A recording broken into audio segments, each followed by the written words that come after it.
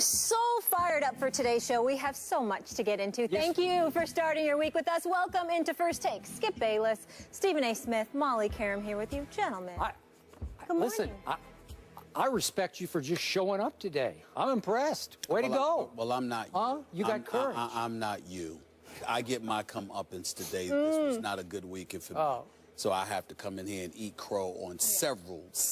Will you shake He my might have hand got a first, couple right. Thank you. I really didn't want to. All right, I know. But I will. I know you didn't. You got me today. You got me today. All right, I got it. All right, here we go. I got it. You had a good week. But how about Except for them my Cowboys? We'll get into them in just a bit, and of course, Dez as well. But first, let's focus on the battle of undefeateds. The Broncos defense, reminiscent of the Orange Crush, made the Packers offense look pedestrian with a 29-10 win in Mile High. Skip, was this more about Denver's defense or Aaron Rodgers? Oh, wait a second. Stephen A. Smith, I got my stats here, and my stats say, did I fall asleep and dream that Aaron Rodgers had a grand total of 77 yards can I repeat that again? Yeah. 77 yards passing. So once again, last night, the bad man was just bad. In fact, he was beyond bad. He was horrible, the bad man was. I got to say this because this was my final thought at the end of that game last night. For once, Aaron Rodgers looked more like Mr. Rodgers. He really did. The Denver Broncos made Aaron Rodgers look like Mr. Rodgers. Who knew? Who would have thought? And I'm going to ask you again, as I sit here and ask you week after week, when are you and all those blind Aaron Rodgers worshipers out there, most of you in Packer Nation, when are you going to wake up? And when are you going to realize that the bad man just is not that good, especially when it matters most? Now, again, for perspective, the bad man did go on one miraculous road team playoff run, a wild card run through the playoffs that consisted of winning at Michael Vick in Philadelphia when he was really shaky, at Matt Ryan when he was really shaky, and then at Jay Cutler when he wound up on the bicycle in the second half. Your favorite game off which to ridicule Jay Cutler. Those are the three games Aaron Rodgers won to get to a Super Bowl in which Troy Polamalu was not able to run on his bad hamstring, and during which Aaron Rodgers' defense was sensational and did a number on Big Ben in that Super Bowl. So that was a long time ago. And since then, your man Aaron Rodgers is 2-4 in the postseason. And as of last night, Aaron Rodgers on the road in primetime games, nighttime games, he fell to 3-9 on the road, primetime, 3-9 for the bad man who was just bad. So the point is, he can front run at Lambeau Field. We know that. And most of their games are at Lambeau Field because they play about three-quarters of their games at home. But you make him play away under the lights, and Aaron Rodgers melts. And look, I realize the Denver Broncos have the best pass rush in pro football. There's no doubt about that. But again and again, Aaron Rodgers' offensive line did give him enough time to stand in the pocket and make one read and throw it to one receiver, just the way Tom Brady is constantly forced to do behind that makeshift, least experienced in the NFL offensive line of New England's. But again and again, Aaron Rodgers stood behind his offensive line, and he tap danced like the late, great Gregory Hines. He did. He tap danced. They kept him in the pocket. They would not let him loose, and he tap danced like the late, great Gregory Hines. I've never seen anything like it before. Aaron Rodgers does not belong in the same sentence with Tom Brady, so I strike the sentence I just uttered because it doesn't count. He doesn't belong in that sentence. Last night, Aaron Rodgers was badly outplayed by a washed-up, quote-unquote, Peyton Manning, who, by the way, looked a whole lot like Peyton Manning to me. As I keep telling you, I think he's just fine. So, bad indeed, Stephen A. Smith. What do you have to say for yourself? Well, I'm willing to concede it was a god-awful night by the Green Bay Packers. Could y'all turn that video off, please, while I'm talking? Let me be very, very clear. It was a very bad night by the Green Bay Packers. They were absolutely pathetic and god-awful. They got completely outplayed and embarrassed on national television. All of that is true. But, Skip Bayless, I'm here to tell you I am not willing to concede what you have conceded about that bad man that is Aaron Rodgers, who undoubtedly had the worst night I've ever seen him have in all my years of watching him. There is no question about that. It was anemic. It was pathetic. It was awful. He passed for 35 yards, I think 37 yards, I'm sorry, in the first half. He only attempted 12 passes in the first half. He finished the game only attempting 22 passes, completing 14 for 77 yards. All of those things were embarrassing, but unlike you, who sits there and uses every little nugget that you can to just jump on the people that you want to jump on while you try to defend the people that you want to defend. Okay. I'm going to sit here and be fair. Oh, you are? I'm going to be fair. and just. And I'm going to be fair Like and you are honest when my Cowboys lose. And Yes, that kind of unbiased. fair. And Yes. well, I'm a Steelers fan, first of all, and I root for the New York teams. I don't root for Green Bay. I root for Aaron Rodgers. I realize Let me be very, very clear.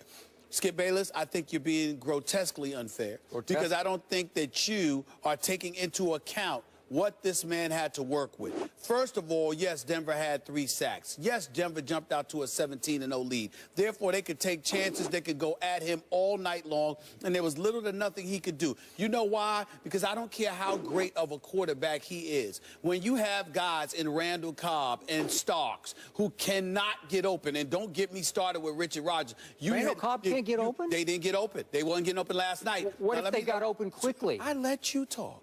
I let you talk. I didn't say a word. I let you go on your little soliloquy. I didn't say a word. I sat here and I took it. All right? The Denver Broncos are #1 in points allowed, #1 in yards allowed, #1 in pass yards allowed. They have the elite defense in the game. Meanwhile, Green Bay's defense, which I continuously lament, I have repeatedly told you I didn't trust. You even brought up the fact that how they played over the first 6 games. I said it means nothing to me. I do not trust that defense. Gave up 500-plus yards to this offense. Gave up 160 yards to a rushing attack that hadn't done that in the first 6 games of this season. You look at what transpired last night. And Aaron Rodgers had to go up against an elite defense, and Peyton Manning did not.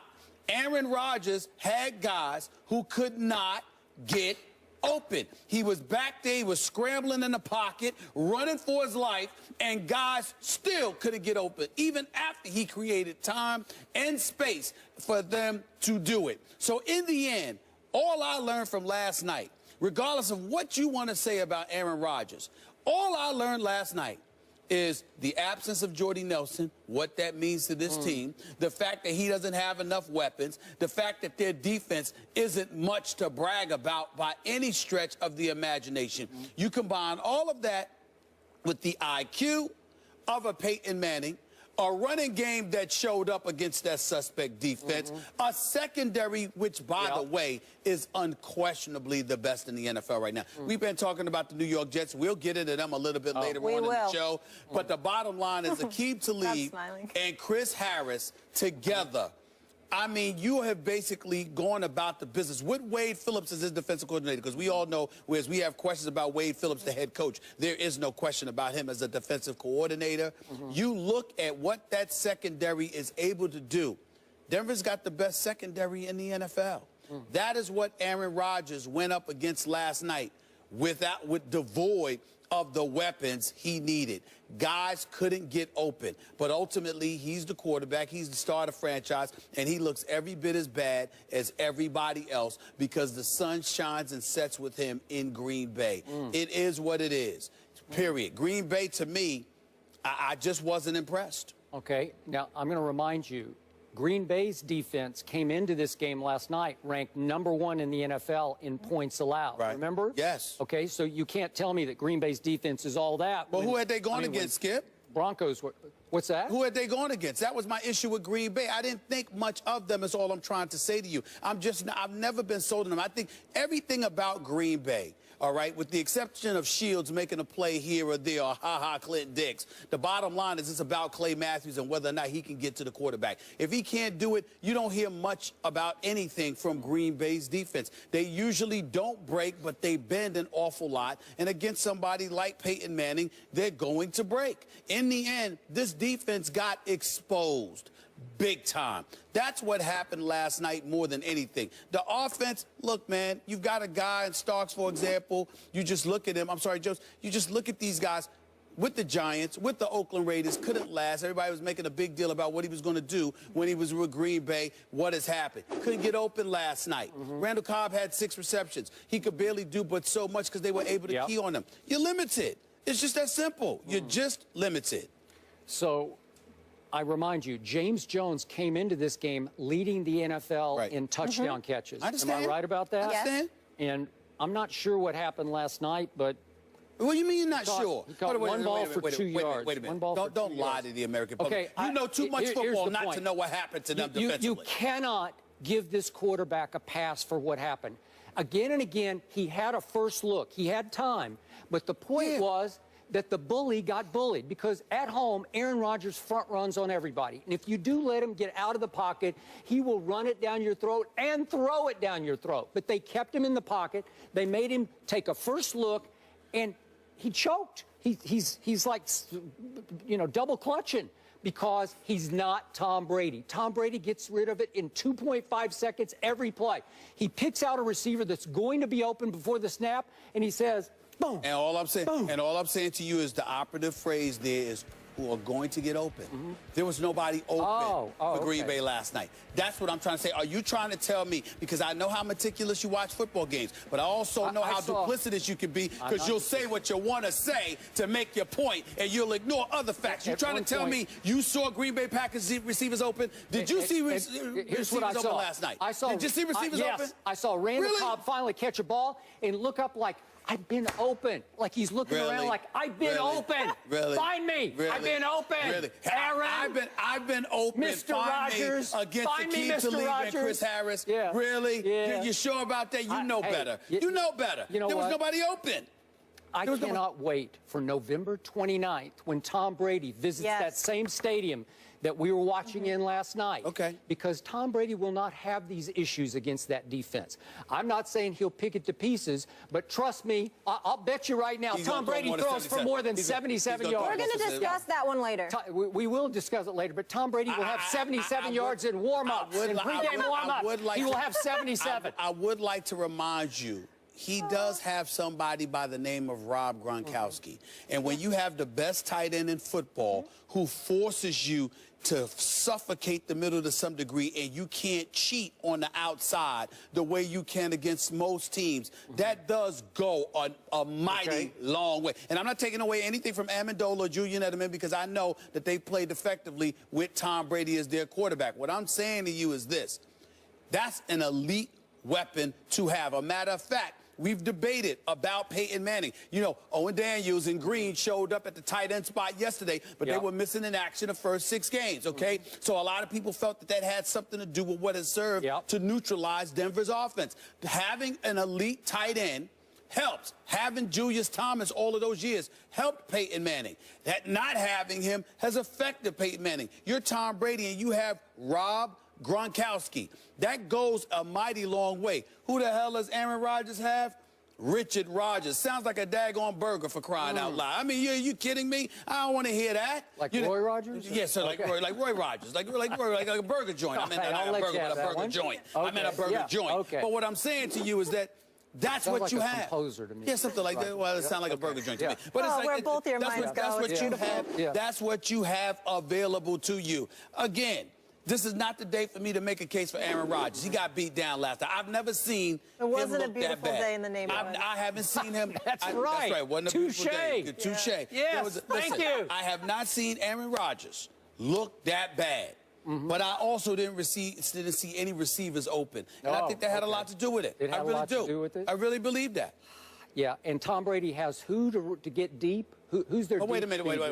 Again, help me out. Help me out. Once again. Who gets deep for Tom Brady? Who spreads the who stretches the defense? Well, again, nobody. If you have a Rob Gronkowski forcing you to sandwich and suffocate the middle, then you can do other things because Rob Gronkowski demands that kind of attention. Even on guys that are not sticking him, they constantly have to keep an eye. They can't take their eyes off of him. They can't let him leave their sights because he's that lethal. And that does open things up. Ask Edelman, ask Amendola, ask LaFell, who dropped so many passes, at least over the last 2 weeks. Ask them what Rob Gronkowski does for them. We are talking about the guy that you say is the greatest quarterback in the history of the NFL. You've never seen anything like him before. I have said to you, I have never seen a quarterback more talented than Aaron Rodgers, and I sit here today and still say that. It's a bad night. I've never seen a quarterback more talented than him. How can he throw for 77? Well, because guys couldn't get open. Oh, okay. Guys couldn't get open against the #1 defense with the #1 secondary in all of the NFL. If he's that great, he could.